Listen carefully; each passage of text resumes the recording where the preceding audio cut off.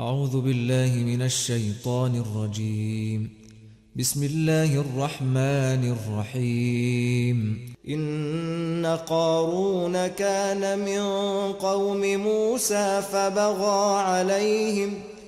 فبغى عليهم وآتيناه من الكنوز ما إن مفاتحه لتنوء بالعصبة أولي القوة إذ قال له قومه لا تفرح إن الله لا يحب الفرحين وابتغ فيما آتاك الله الدار الآخرة ولا تنس نصيبك من الدنيا وأحسن كما أحسن الله إليك ولا تبغ الفساد في الأرض إن الله لا يحب المفسدين.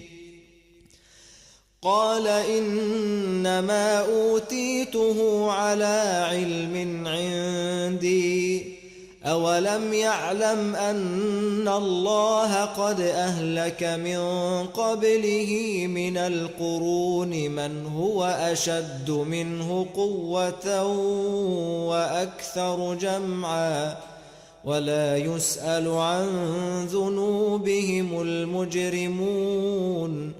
فخرج على قومه في زينته قال الذين يريدون الحياة الدنيا يا ليت لنا مثل ما أوتي قارون إنه لذو حظ عظيم. وقال الذين أوتوا العلم ويلكم ثواب الله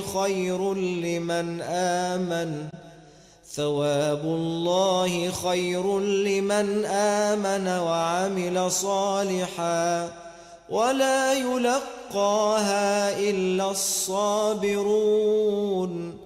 فخسفنا به وبداره الأرض فما كان له من فئة ينصرونه من دون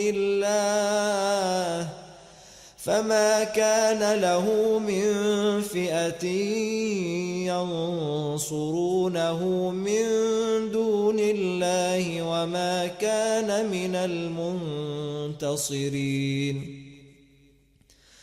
وأصبح الذين تمنوا مكانه بالأمس يقولون ويك أن الله يبسط الرزق لمن يشاء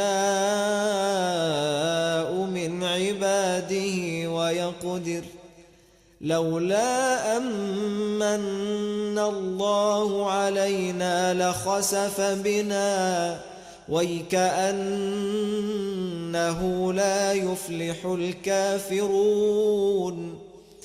تلك الدار الآخرة نجعلها للذين لا يريدون علوا في الأرض ولا فسادا والعاقبة للمتقين. من جاء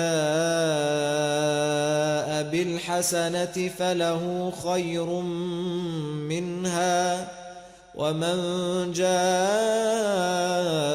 بالسيئة فلا يجزى الذين عملوا السيئات إلا ما كانوا يعملون. إن الذي فرض عليك القرآن لرادك إلى معاد قل ربي أعلم من جاء بالهدى ومن هو في ضلال مبين. وما كنت ترجو أن يلقى إليك الكتاب إلا رحمة من ربك فلا تكونن ظهيرا للكافرين ولا يصدن يسألونك عن آيات الله بعد إذ أنزلت إليك وادع إلى ربك ولا تكونن من المشركين ولا تدع مع الله إلها آخر لا إله إلا هو كل شيء هالك إلا وجهه له الحكم وإليه ترجعون.